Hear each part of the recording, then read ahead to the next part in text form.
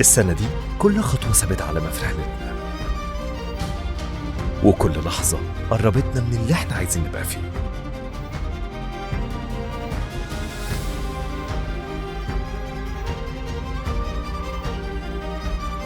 مشاريع كبرت، أفكار بقت واقع، وشغل اتبنى على تفاصيل محسوبة ومعمولة بإتقان. والناس اللي ورا الشغل كانوا دايما الروح اللي بتحرك كل حاجة.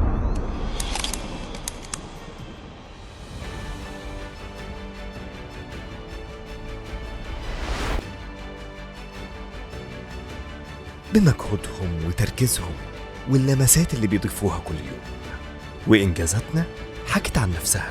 في 2014 بدأنا بحجم استثمارات وصل 35 مليون، وصلنا النهارده لحجم استثمارات نتكلم إن شاء الله في 2025 في 4 مليار و800 مليون. توسع،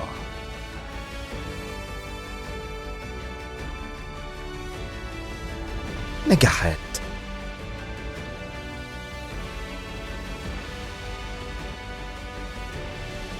وثقة ناس بتكبر معانا.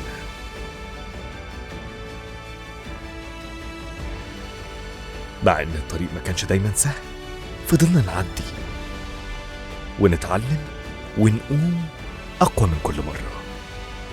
ودلوقتي 2026 مش مجرد سنة جاية، دي خطوة جديدة في مشوارنا.